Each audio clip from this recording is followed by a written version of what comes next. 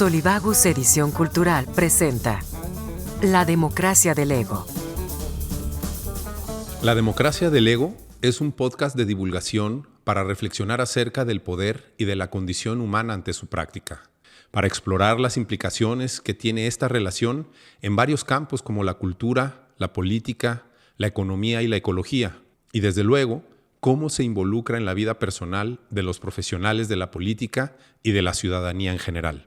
Este ejercicio lo hacemos a partir del pensamiento y las ideas de Mario Edgar López, profesor, editorialista y sobre todo un provocador de conversaciones profundas, pero espontáneas, en las que nuestros invitados plantean preguntas y opiniones que se convierten en guías para facilitar el entendimiento de conceptos complejos que te pueden ayudar a comprender mejor el comportamiento humano en la política.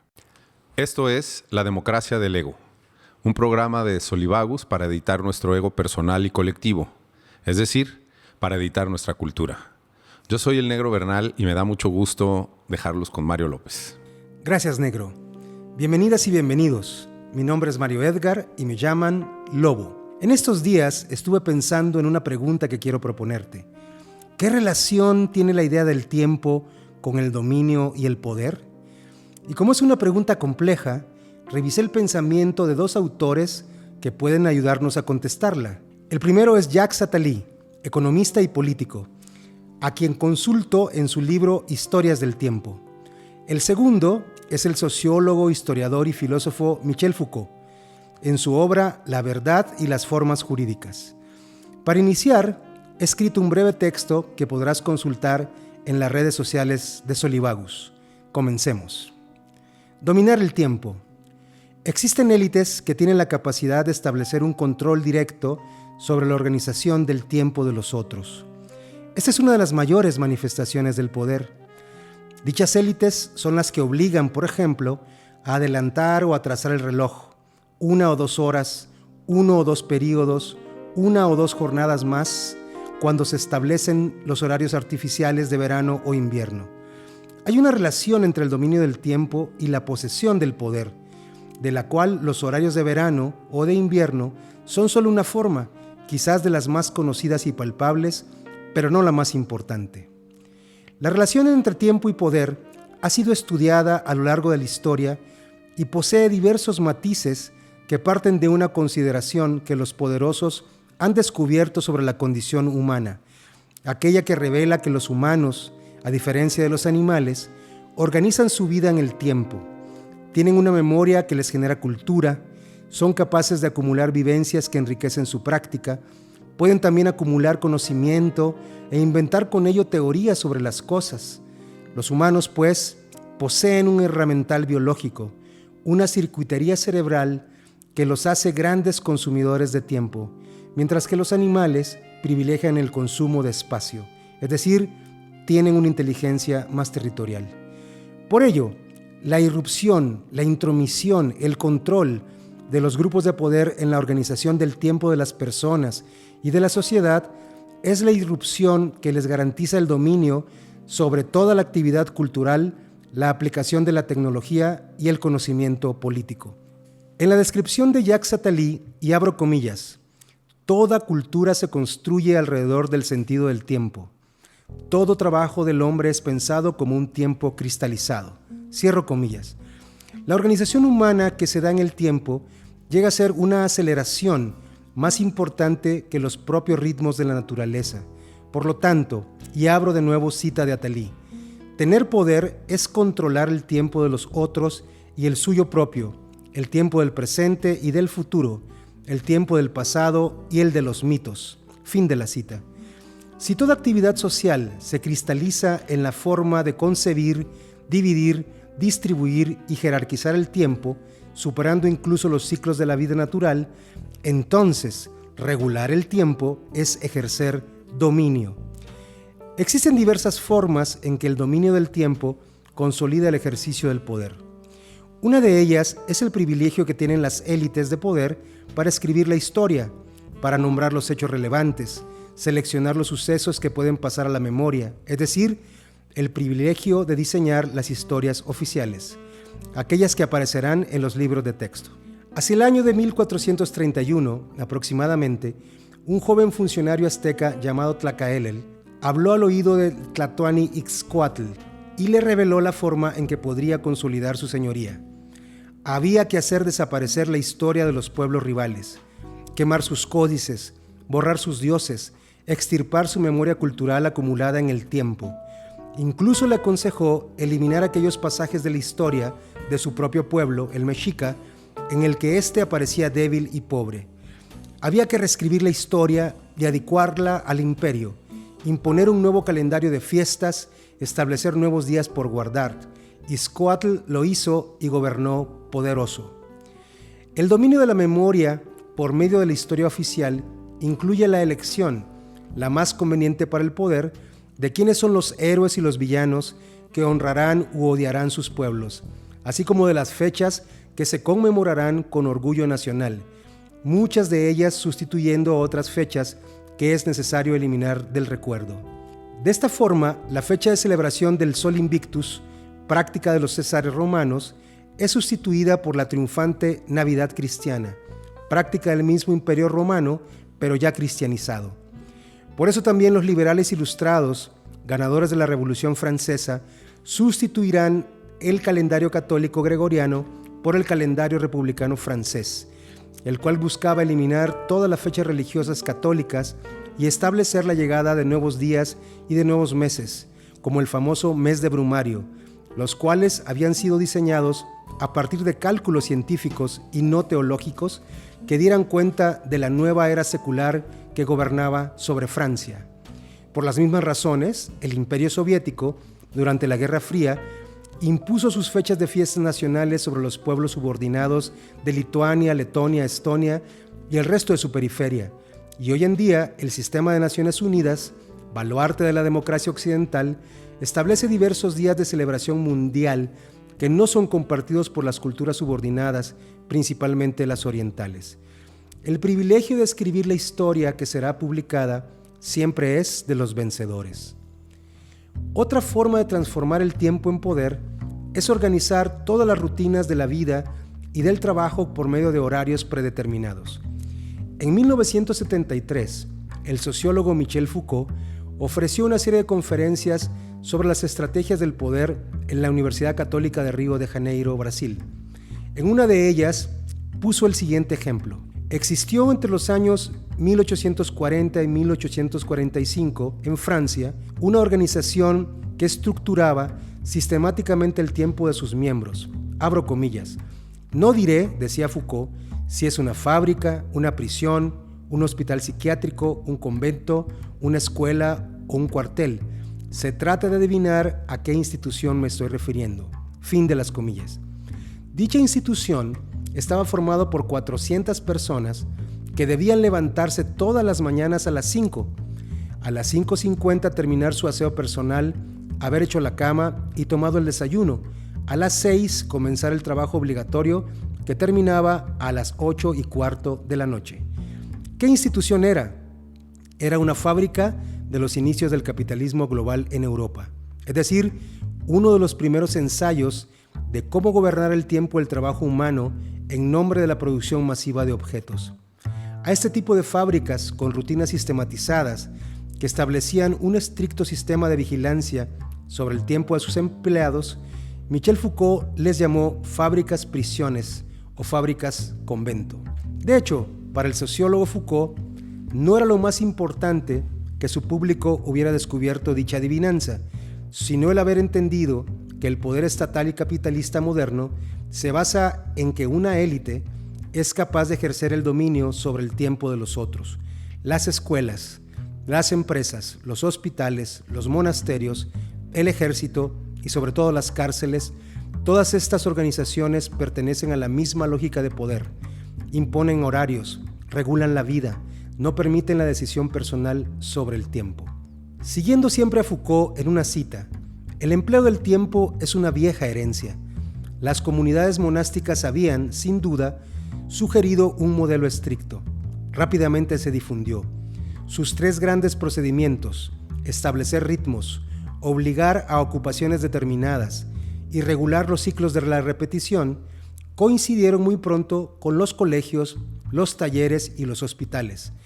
A las nuevas disciplinas no les ha costado trabajo alojarse en el interior de estos esquemas antiguos. Fin de la cita. A inicios del siglo XX, la llamada administración científica de Frederick Taylor, cuyo énfasis era el trabajo planificado y la maximización del rendimiento de los trabajadores, aliada con la producción en serie descubierta por Henry Ford, el llamado Fordismo, basado en una línea de ensamblaje que establecía la tarea repetitiva de cada obrero y su tiempo de realización, fueron los paradigmas fundadores del poder capitalista transnacional y aún hoy sustentan mucho del dominio empresarial sobre el tiempo social.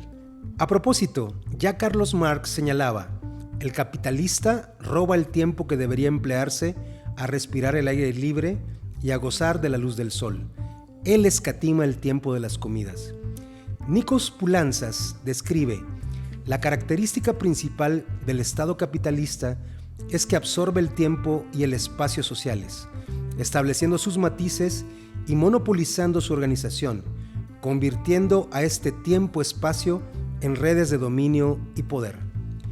En el establecimiento de horarios de verano o de invierno, lo cierto es que detrás del supuesto aprovechamiento de la luz solar para ahorrar energía eléctrica, tal como lo difunde la información oficial, se encuentra una serie de intereses de negocios de la élite, la sincronización de los horarios del transporte internacional, la unificación de las transacciones comerciales transnacionales, la homologación de los servicios aduanales y bursátiles, e incluso el fomento de actividades deportivas, programas televisivos y espacios recreativos que pueden ofrecerse para aquellos que logran sobrevivir a las extenuantes jornadas de trabajo.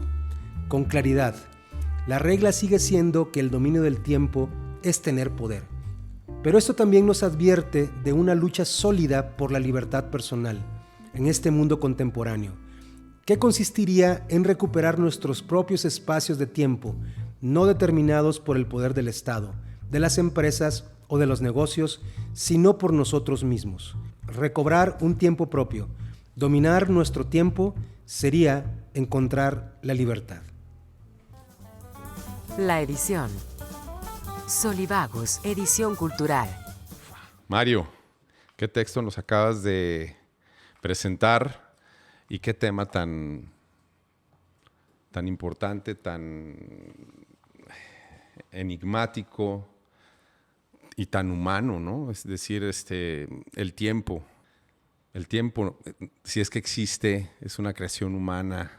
Pero para mí es muy descarnado el texto porque te presenta de manera muy clara cómo eso que, independientemente de si existe o no y es una creación humana o no, que llamamos tiempo, está determinado por las élites y por el poder. De entrada, digo, si quieren alguno de ustedes responder si existe el tiempo o no y le entramos por ahí, puede ser una parte de la conversación, o ¿qué opción hay? O sea, es decir, ¿qué otra opción habría si la organización humana no estuviera planteada de esa manera? Es decir, ¿qué pasaría con la sociedad, con las relaciones, con el progreso, con el desarrollo, también con la historia humana, con la propia historia humana, si no existiera el tiempo, si no estuviera determinado así por las élites? Bueno, gracias, Negro, y bueno, también Alonso, muy amable, que siempre estás acá. Oscar. Un placer. El tiempo creo que es algo de lo cual no podemos escapar. Mira, por ejemplo, voy a dar una breve reflexión. Las culturas prehispánicas, que señalamos un poquito ahí en el texto, tenían un tiempo circular. Es decir, a diferencia de nuestra, que tenemos un tiempo lineal. O sea, el mundo moderno generó un tiempo lineal, estoy hablando de 500 años atrás, generó un tiempo lineal en donde había un progreso, o sea, es un tiempo progresivo, o sea, hay un pasado y hay un futuro, o sea, casi se arman en términos de pasado y futuro, pero la idea es que es una especie de flecha hacia el futuro que va generando progreso, ¿no? Las civilizaciones prehispánicas, y también lo podemos encontrar en las civilizaciones antiguas, utilizaban el tiempo circular. O sea, si tú te fijas en un calendario azteca, no es lineal, es un tiempo circular. Fíjate las diferencias de poder que ya implica eso. Es una espiral. la espiral. No, es circular. En el mundo azteca es circular. Hay un tiempo espiral después. Es complejo decirlo, pero empecemos por el tiempo circular, así como en grandes rasgos, ¿no? Sí, un tiempo circular significa que las cosas se repiten constantemente, ¿no? No que se progrese hacia algún lado, sino que se repiten constantemente en periodos casi iguales de tiempo. El día y la noche, por ejemplo. Así, Por simplemente. ejemplo, entonces fíjate, si tú sabes que va a haber un día y una noche o 4 estaciones, ¿no? Los Primavera, ciclos, sí, exacto, exacto. el ciclo, la el ciclo. naturaleza, sí. Entonces, de alguna manera, el tiempo circular se vuelve un tiempo predictivo, profético, porque sabes que va a haber día y va a haber noche. O sea, tú puedes profetizar, lo estoy diciendo entre comillas, que va a haber noche dentro de algunas horas, ¿no es cierto? O va a haber día dentro de otras tantas horas. Va a haber fiesta. O va a haber fiesta, etcétera. Entonces, en el tiempo circular, imagínate que hubo un tiempo primigenio circular, un tiempo inaugural, fundacional. Entonces se formó el primer círculo y en muchas civilizaciones así se diseñó. Y entonces fueron poniendo acontecimientos del primer círculo inaugural de la civilización y por lo tanto esos eventos se van a ir repitiendo en el siguiente círculo y luego en el siguiente círculo. Por lo tanto, estas sociedades se vuelven sociedades proféticas. Imagínate, por eso obviamente se escondían los calendarios, se le daban solamente a sacerdotes o a sabios, porque eso implicaba que dominaban los acontecimientos que iban a venir posteriormente. O sea, es un tiempo profético. Y quien tiene el dominio del tiempo profético tiene poder, ¿no? Pero a diferencia, en el tiempo circular, lo más viejo, lo más antiguo, era más valorado que lo nuevo o lo joven. Lo viejo es más valorado en las civilizaciones de tiempo circular. Ahí se establece un gran respeto por los ancianos, se establece un gran respeto por la sabiduría de la gente mayor, precisamente porque están más cerca del origen, digamos así, ¿no? En un tiempo lineal, como el que nosotros vivimos, progresivo, se le da más vitalidad a la juventud. ¿Por qué? Porque la idea es que vamos a llegar a algún punto linealmente, ¿no? Y progresivamente vamos a llegar a algún punto de mejor progreso. Pensamos en el tiempo lineal que estamos avanzando.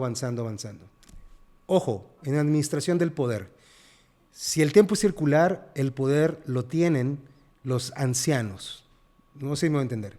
Si el tiempo es lineal, siempre se piensa que el poder futuro lo tendrán los jóvenes y no los ancianos. Entonces se exalta, digamos, a lo nuevo, se exalta a la juventud y de ahí diséñale políticas públicas, ¿no? O sea, ¿quiénes entran al Consejo de Ancianos? ¿Quiénes son los diputados? ¿Es mejor que tengamos jóvenes diputados o viejos diputados? No, el planteamiento es más amplio que digamos, Sí. la resolución política que se le da. Exacto. Es cultural, o sea, es... Exacto, es cultural. Todo, la economía, la moda, tal, está enfocada Exacto. a lo nuevo, En a un lo tiempo, joven, ajá, a lo desechable por eso mismo, ¿no? Lo desechable por eso mismo, exactamente. Ya le pegaste a una de las grandes ideas del ego que está detrás de este texto. Precisamente, una sociedad que desecha constantemente y consume constantemente porque el tiempo es progresivo lineal. Cuando tenemos un tiempo circular, obviamente lo que se valora es la permanencia, la estabilidad, no el cambio, ¿no? Si nosotros vemos el tiempo lineal, lo que se valora ahora en nuestro tiempo es el cambio, ¿no? De hecho, tenemos esas frases hechas como todo cambio es mejor. ¿Por qué? La constante es el cambio. La constante es el cambio, ¿no? Porque tenemos un tiempo de cambio político. O sea, en la democracia, y particularmente cuando se convierte en democracia del ego, obviamente el cambio es un gran estimulador para el ego, ¿no? Lo podemos ver más adelante, pero tiene que ver precisamente con que el cambio se vuelve virtud, ¿no? Como hemos hablado. Y en un tiempo circular, la estabilidad es la que se vuelve virtud. Entonces, solamente decir esto y rápido, solamente con la concepción del tiempo empezamos ya a establecer la concepción del poder. Así. De acuerdo. Y solo hemos comparado tiempo circular y tiempo lineal. Podríamos comparar el tiempo espiral y podríamos comparar otros semiciclos del tiempo que no son completamente circulares, sino que son semiciclos y dan otra idea de poder, pero están en nuestros huesos. De acuerdo. A mí me ha gustado siempre una definición de cultura que no sé si la leí de Sábato o es de alguien más, pero creo que con Ernesto Sábato la conocí, que es que la cultura es el sedimento de una civilización o de una sociedad, es lo que se va quedando ahí, ¿no? Es decir, lo que pasa a la prueba del tiempo. Pero nunca la cosa es estática, o sea, siempre creo, a lo mejor en eso radica la sabiduría de conocerse a uno, el tiempo y de la cultura, sería equilibrar lo viejo y dejarlo firme con lo nuevo, ¿no? Ese es el gran reto de siempre y por lo que estás planteando es el gran reto del poder y de la cultura, sí, y del ser humano y del individuo, ¿no? Cuando tengamos más tiempo, podremos hablar del tiempo semicircular,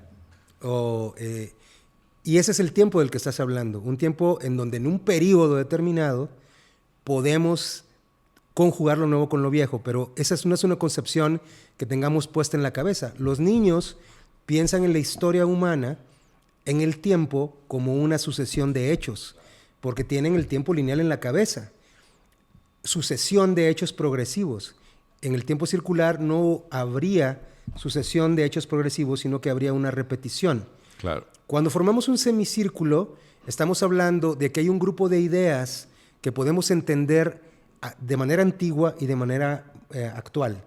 Te lo digo, en nuestro tiempo, pensando en el pensamiento político, ¿por qué nosotros sí podemos leer a Maquiavelo y lo sentimos propio y no podemos leer a Santo Tomás, que tienen 200 años apenas de diferencia? O sea, Santo Tomás, tú lees un texto de Santo Tomás y como está en otra época semicircular, o sea, un paraguas que abarca un periodo, entonces se nos hace desconocido porque pertenece a otro grupo de tiempo e ideas. Y entonces viene un nuevo grupo de tiempo y de ideas y entonces decimos, a Maquiavelo lo leemos todavía, digo aquí el profesor Alonso nos puede decir, lo leemos como libro de texto, ¿no? O sea, El Príncipe.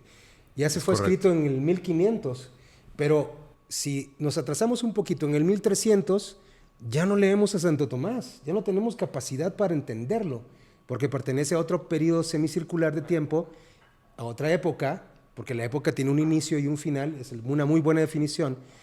Y entonces en una época, en una idea de época, podemos combinar pasado y actualidad, ¿no? Ahora, hay otros tipos de tiempo más longevos, que son los tiempos que le llaman el tiempo eterno. Fernand Braudel, un historiador francés, ha trabajado el asunto del tiempo, de estas temporalidades que venimos hablando, indica pues, o sea, de que hay cosas que son del tiempo eterno. Por ejemplo, la idea del amor.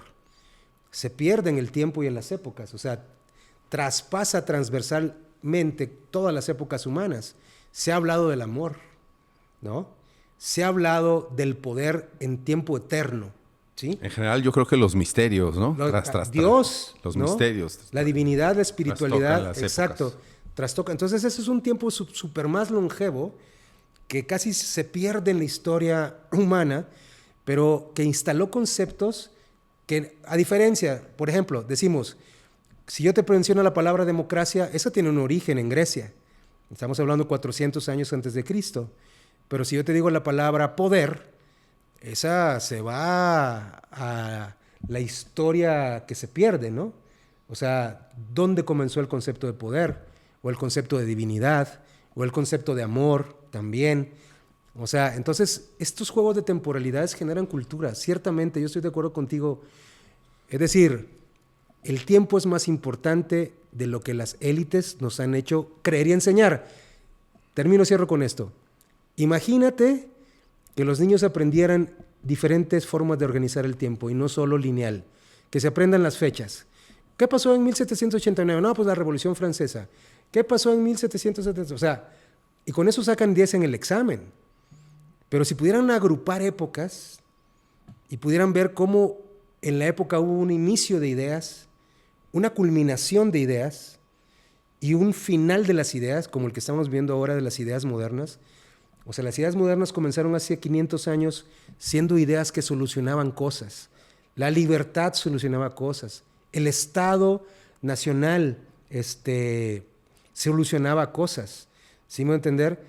El dinero solucionaba cosas. Y no tendríamos ya que hacer un podcast. O sea, si los niños supieran eso. Bueno, exactamente. Ya no tendría razón de ser y qué este bueno, podcast. y A qué lo bueno. mejor otro. Eso podría ser el objetivo de este podcast, desaparecer, ¿no?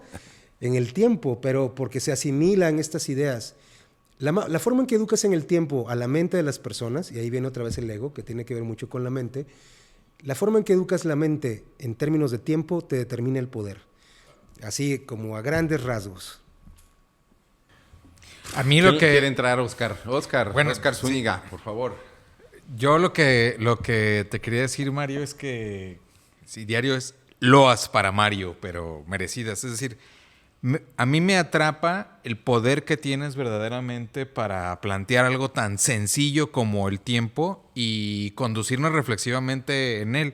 Justamente aquí dice, educarnos en la concepción del tiempo. O sea, las primeras cosas que se me vienen a la mente al escuchar el texto y al empezar la discusión tiene que ver con esto, ¿no? Y empiezas a poner figuras en mi mente. Por ejemplo, dije un tiempo lineal y me imagino tal cual una línea recta. Y digo, pero bueno, este tiempo circular va girando en esa línea recta y una parte de ese círculo, porque lo estoy viendo, es la que coincide con donde descansa esa misma línea. Entonces por eso nos pasa. Y luego me mencionas el tema del poder y entonces ahora me imagino como una flecha que mientras que va girando ese círculo va atravesándolo independientemente de dónde gira, ¿no? O sea, es decir, ¿qué limitados nos educan en torno a la concepción del tiempo? O más bien, no nos educamos en torno a la concepción del tiempo. Y yo parto de la idea que eso está intencionado. O sea, no es algo fortuito. O sea, se intenciona. Ya Immanuel Wallerstein lo dice en un fabuloso texto sobre tiempo-espacio, ¿no? Y decir, la diferencia con el tiempo circular y esto que estás planteando, que sería para mí más revolucionario, es que se repite constantemente, ¿no? Mi querido Alonso. Y Octavio Paz lo planteó en Piedra de Sol, ¿no? Cómo empieza, termina y puntos suspensivos para que luego vuelva a empezar, ¿no? Un caminar de río que avanza, retrocede, da un llega siempre. Perdón. Alonso, bienvenido. No, este es el joven, pero no por joven, es el más filoso. Es el más filoso. Es el más filósofo. Sí. Bienvenido, Alonso. No, muchas gracias, Negro, Oscar, Mario. Pues creo que se han planteado muchos temas. Felicidades por tu texto, desde luego. Creo que el Negro hizo al principio de su comentario una pregunta muy importante que sería ¿y qué es lo que quieres proponer? Creo que queda muy, muy claro y es muy didáctico, como decía Oscar, tu crítica general, quizás al control excesivo de los horarios de los individuos modernos, pero creo que en tu propuesta, por así decirlo, creo que queda un poco escueto, no sé, ¿no? El último párrafo. Estaría interesante conversar sobre ese punto. Y bueno, es muy interesante la discusión sobre ciertamente las distintas concepciones generales del tiempo. Habría que mencionar que la idea del tiempo lineal es sobre todo, por lo menos en Occidente, una idea cristiana, ¿no? Sí, claro. Porque sí, y eso lo cambió absolutamente todo. No solo es una idea moderna, sino que es una idea cristiana, ¿no? Yo la verdad desconozco mucho sobre las culturas prehispánicas, mesoamericanas, pero sí, en efecto, la gran mayoría de concepciones, cosmologías, filosofías griegas también sostienen la existencia de un tiempo lineal. Me acordé de un aforismo de Heráclito, al que apodaban el oscuro, no el lobo, sino el oscuro. No el negro. Más cercano como el negro, que de hecho en clase una persona con la que tanto el negro como tú, Mario, estudiaron compartieron ahí luchas en la facultad, Alejandro Fuerte, nos repetía en sus clases de filosofía griega, dice así Heráclito: este mundo, el mismo para todos, no ha sido creado por ninguno de los dioses ni de los hombres, sino que siempre ha sido, es y será un fuego eterno que se apaga según medidas y se enciende según medidas. Es decir, Y lo dice muy enfáticamente, el mundo no ha sido creado, ¿no? En cambio, para el cristianismo sí. Y se apaga y se enciende eternamente según medidas. Ese es tan solo un ejemplo, ¿no? Podríamos hablar de Empédocle, en fin, de muchos otros. Pero bueno, se me hizo muy interesante lo que dices acerca de que las concepciones circulares del tiempo valoran más la estabilidad. Y sí, creo que tienes mucha razón, ¿no? Se valora más lo antiguo, lo añejo, y en las concepciones del tiempo lineal hay una especie de avidez por los cambios, las innovaciones, ¿no? La transformación, como que nos embriagamos de innovaciones, ¿no? Que creo que es lo que Nos quieres embriagamos, criticar. punto. Nos embriagamos también. Aquí. Pero bueno, ya estoy siendo muy disperso. También es muy interesante porque leemos a Maquiavelo. Tómate tu tiempo. ¿Por qué leemos a Maquiavelo como un más contemporáneo como Santo Tomás cuando en efecto solamente lo separan 250 años más o menos? Muy interesante, pues quizás la respuesta es porque Maquiavelo está colocando los cimientos de nuestro mundo, Así ¿no? Es uno de los fundadores del mundo moderno, ¿no? Junto con otros autores. Hobbes, Francis Bacon, que sería un gran pionero de la civilización tecnológica moderna, etcétera. Pero sí, no sé si pudieras tú hablarnos más, conoces bien ese tema, por ejemplo, de la idea cristiana del tiempo, como hay un inicio absoluto, o sea, Dios crea el mundo y hay también una suerte de fin, ¿no? Y habrá un apocalipsis, etcétera. Eso lo cambia absolutamente todo. Y bueno, me acordé un poco de Hegel porque el negro habló sobre el conflicto que hay entre lo viejo y lo nuevo, ¿no? Y es muy interesante, la cultura, y más o menos Hegel, creo, veía así la cultura humana, es justamente ese gigantesco conflicto, ¿no? Entre las viejas formas, las viejas ideas, las viejas culturas que luchan contra las nuevas. Entonces, algunos creen que el papel del crítico cultural, del filósofo, del intelectual, sería articular lo viejo con lo nuevo, ¿no? Lo cual es O el arte, enormemente o los artistas. difícil. El O arte. los artistas, claro. Exacto. Y ya para terminar, me acordé, siguiendo con lo de Hegel, porque Mario habló del fin de las ideas modernas, ¿no? Hay una cita que Isaiah Berlin hace. Bueno, no es una cita, es más bien una especie de comentario que hace a la filosofía de Hegel y dice Isaiah Berlin que Hegel, palabras más, palabras menos, descubrió que la historia de la cultura humana es siempre la historia de una serie de ideas que son nuevas y por ende son liberadoras, pero que con el tiempo se convierten en asfixiantes camisas de fuerza. Y luego van a venir otras ideas que serán liberadoras y luego se osificarán estas ideas, se volverán dogmáticas. Y allí viene, yo creo, la función de la filosofía y de la democracia del ego, ejercer la crítica de las ideas que quizás hoy se han vuelto dogmáticas. No sé si estamos ante el fin de las ideas modernas o del periodo moderno. Yo creo que habría que rescatar buena parte del legado ilustrado moderno, criticando sus excesos, pero yo creo que ahí está la función de la democracia del ego, ¿no? Hay ciertas ideas que quieres criticar. Bueno, hasta ahí lo dejaré. Muchas gracias. Bueno, muchas gracias Mario, a ambos. A ver, hazte cargo. no, creo que efectivamente el texto queda escueto al final porque tenemos que hacer textos cortos para que el público no se nos duerma, ¿no? ¿Por qué te ríes, güey? Pero empecemos de lo puntual, actual, y nos extendemos hacia más ideas del tiempo. A ver, hablemos del tiempo-libertad, ¿no?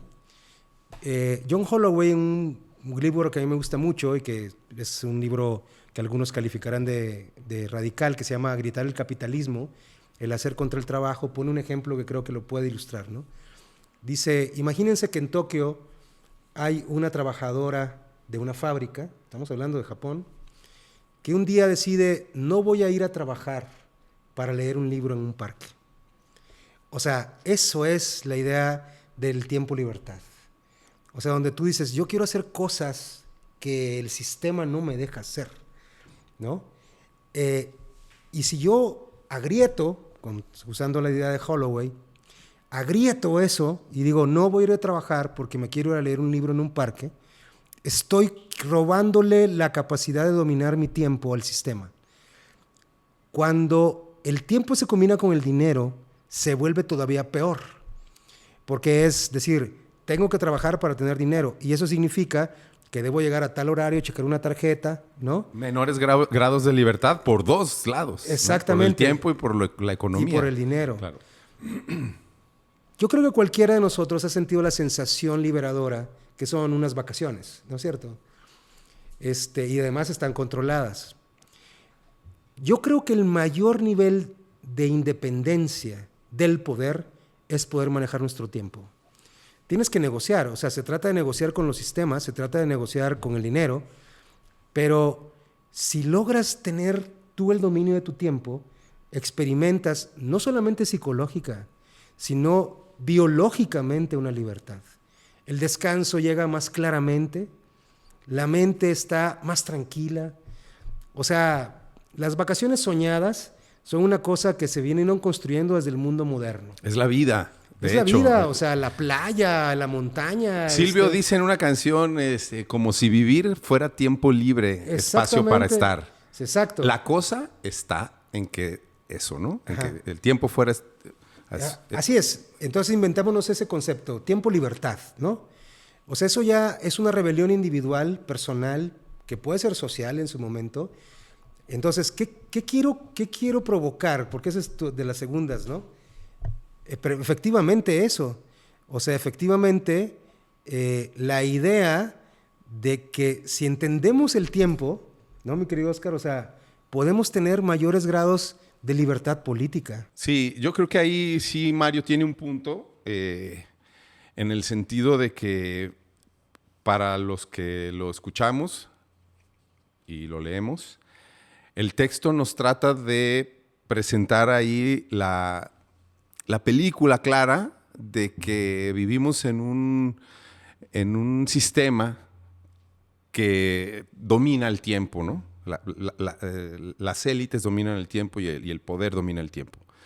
Pero entonces, si te das cuenta de eso, creo que puedes cobrar conciencia de que mientras más tiempo te des para hacer lo que quieras, pero ahí va algo que quizás es un ejemplo personal, pero no quisiera que se viera así.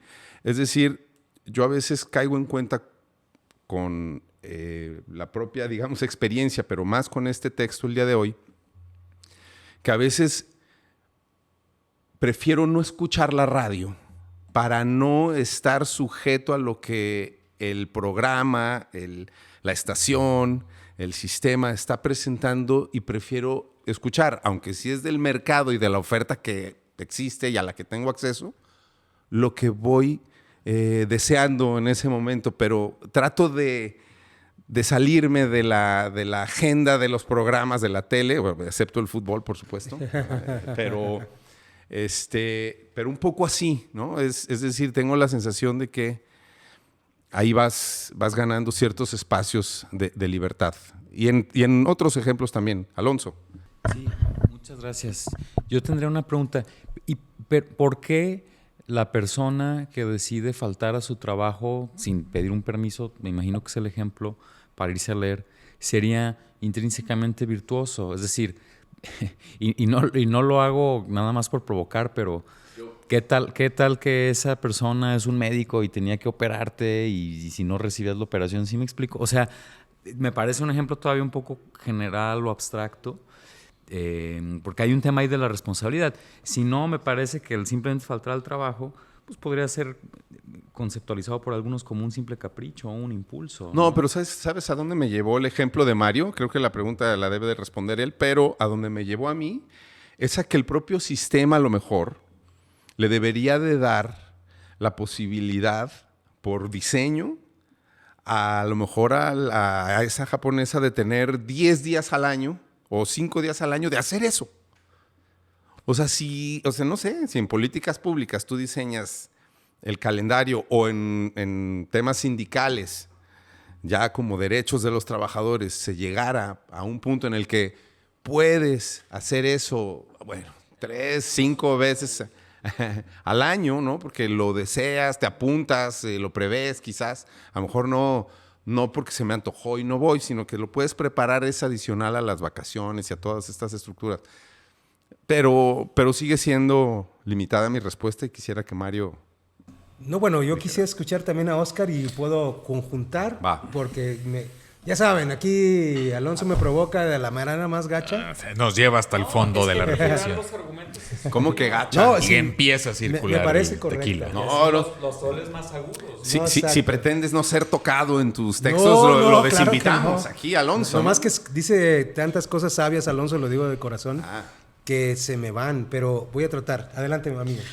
Bueno, yo lo que estoy pensando es, pues también sí hay una necesidad de poder conciliar estos dos esquemas en torno al tiempo como un factor de organización social que nos permite llegar también y cumplir con ciertos estándares y que el médico no falte a la operación y se puede ir a disfrutar el libro en el parque en otro momento. Es decir, pero también oigo a Víctor y digo, pues es que eso ya existe, pues se llaman vacaciones, ¿no? Pues tú escoges y tú fines de semana y tú escoges cuando quieres hacer.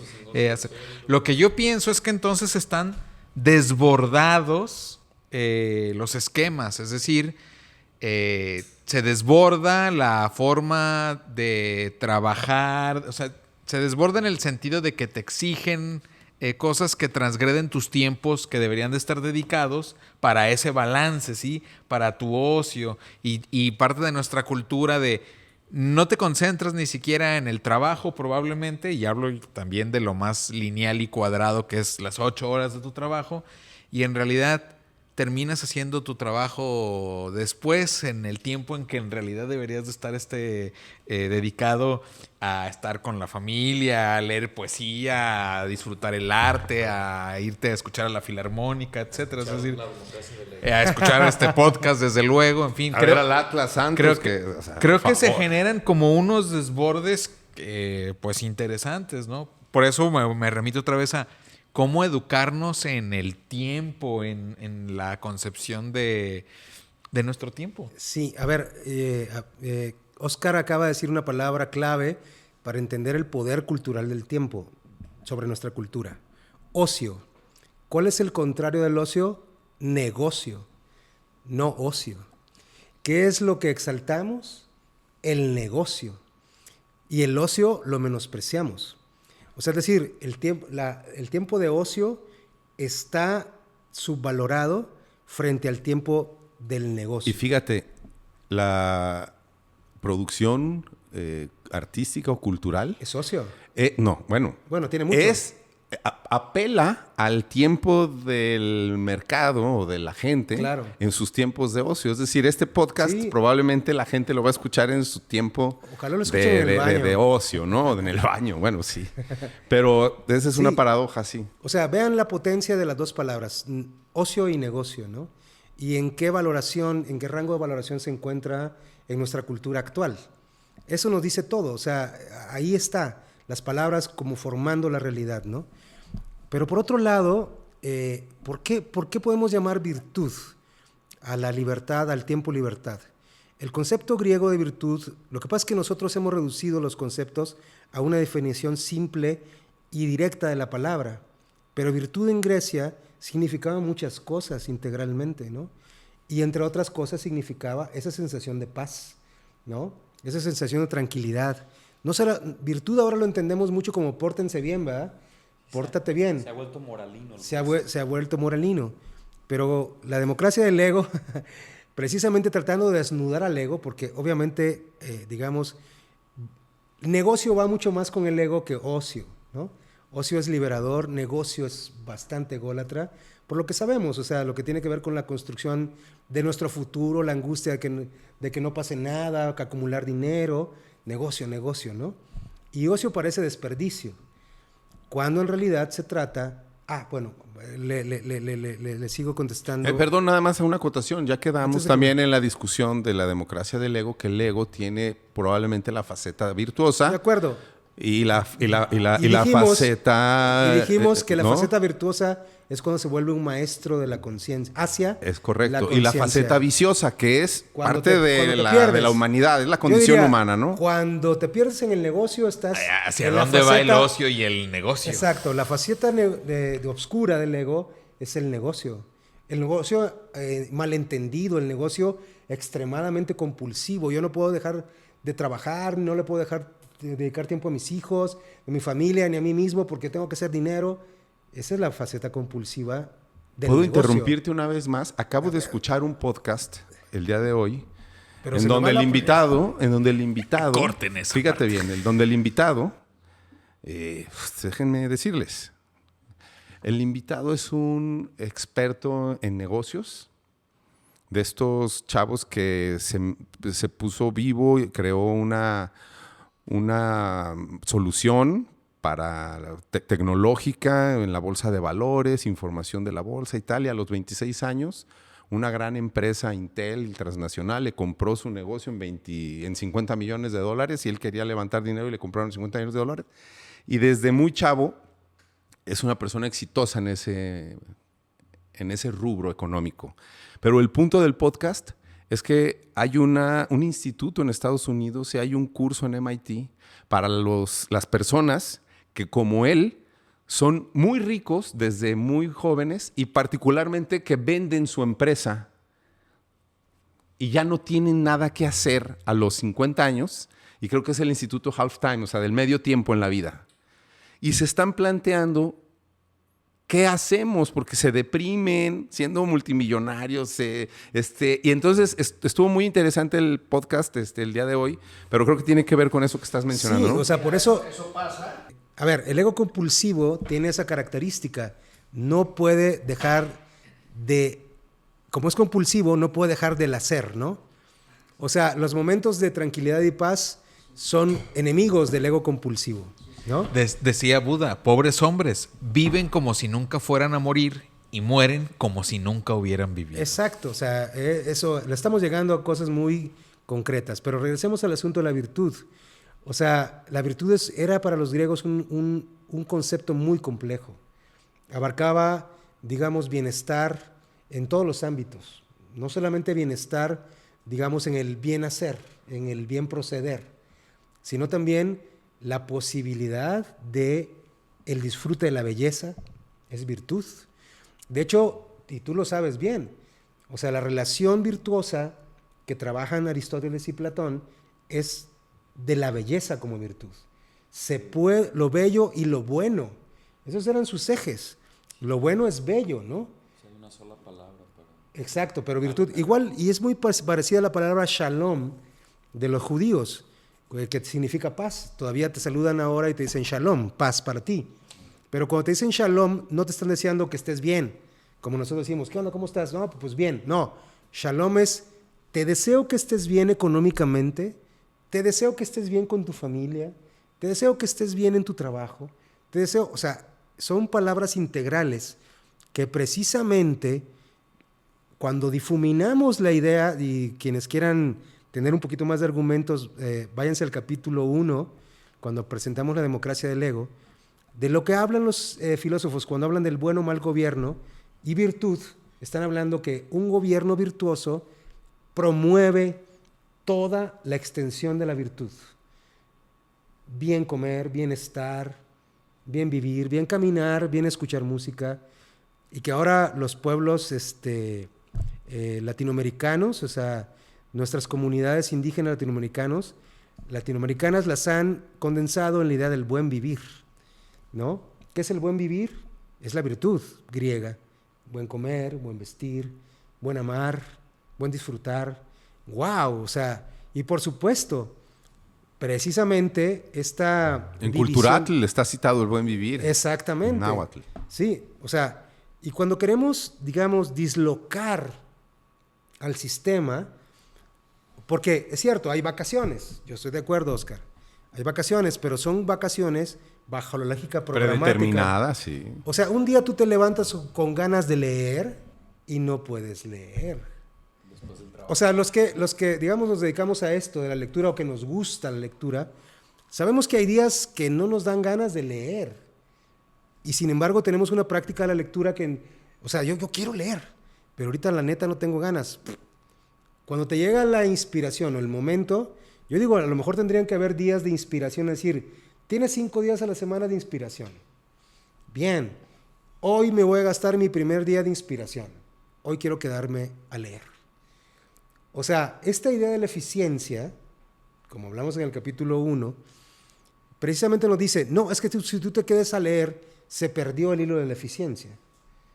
Yo, bueno, te he tenido como la fortuna de ser directivo y te digo que cuando una persona se enferma y que por enfermedad se tiene que quedar en su casa, incluso si va a dirigir una importante reunión, la hemos sacado adelante. No sé si me voy a entender.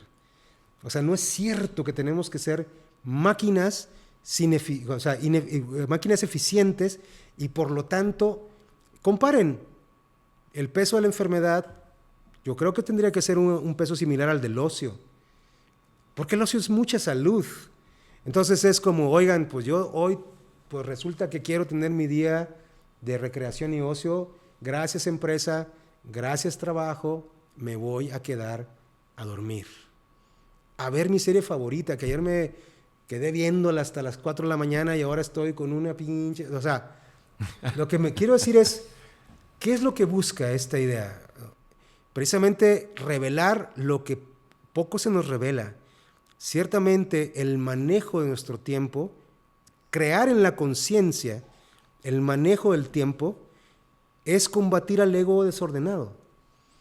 O sea, es combatir al ego desordenado, porque la lucha del ego tiene que ver con la atención de la mente. Si el trabajo te ocupa toda la atención, entonces el ego compulsivo te ganó. La atención es el gran campo de batalla del ego desordenado, ¿no?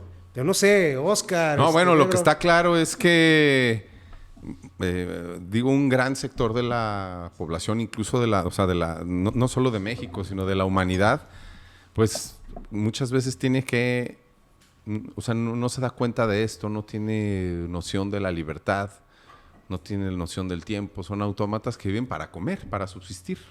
Que los han hecho autómatas del tiempo de la élite. Sí, Los sería... han hecho Realmente autómatas. lo que tú estás planteando otra vez es bajo tu lenguaje o tu voz ética. Es una reflexión, pues también para las élites que nos puedan escuchar, ¿no? Y para dejar de menos un registro de que alguien lo está diciendo en este tiempo. De darle un regalo, de condolerse, de pensar en los otros, de hacer un alto, de no ir tan rápido, de bajarle al consumismo, de ser más humanos, de ser Contemplación.